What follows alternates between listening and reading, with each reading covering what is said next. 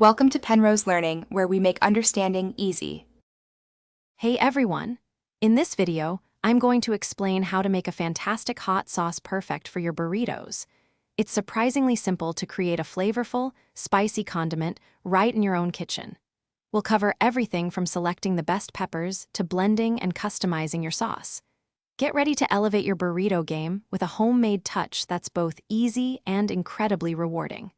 Let's dive in and get cooking. To start, selecting the right ingredients is crucial for a great hot sauce.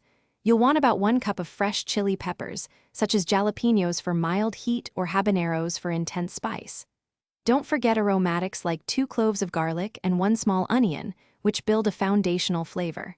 A half cup of vinegar, like white or apple cider, provides that essential tang and helps preserve your sauce.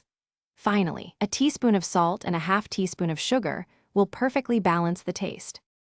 Now let's get to the simple preparation steps. First, you'll want to prepare your peppers and aromatics. You can roast them in the oven for about 15 minutes at 400 degrees Fahrenheit or boil them until they are tender. Once softened, transfer everything into a blender. Add about 1/2 cup of water or broth, then blend until it reaches a smooth consistency. Finally, pour the sauce into a saucepan and simmer for approximately 10 minutes to allow the flavors to fully develop.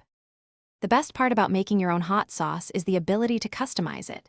If you prefer a milder sauce, use fewer hot peppers or remove the seeds. For a thicker consistency, you can simmer it a bit longer or add a cornstarch slurry. Feel free to experiment with additional ingredients like a 1/4 cup of roasted tomatoes or a tablespoon of fresh cilantro for unique flavor notes. Once cooled, transfer your delicious homemade hot sauce to a clean, sealed jar and store it in the refrigerator for up to 2 weeks. Thanks for watching. If this was helpful, leave a like and consider subscribing. See you next time.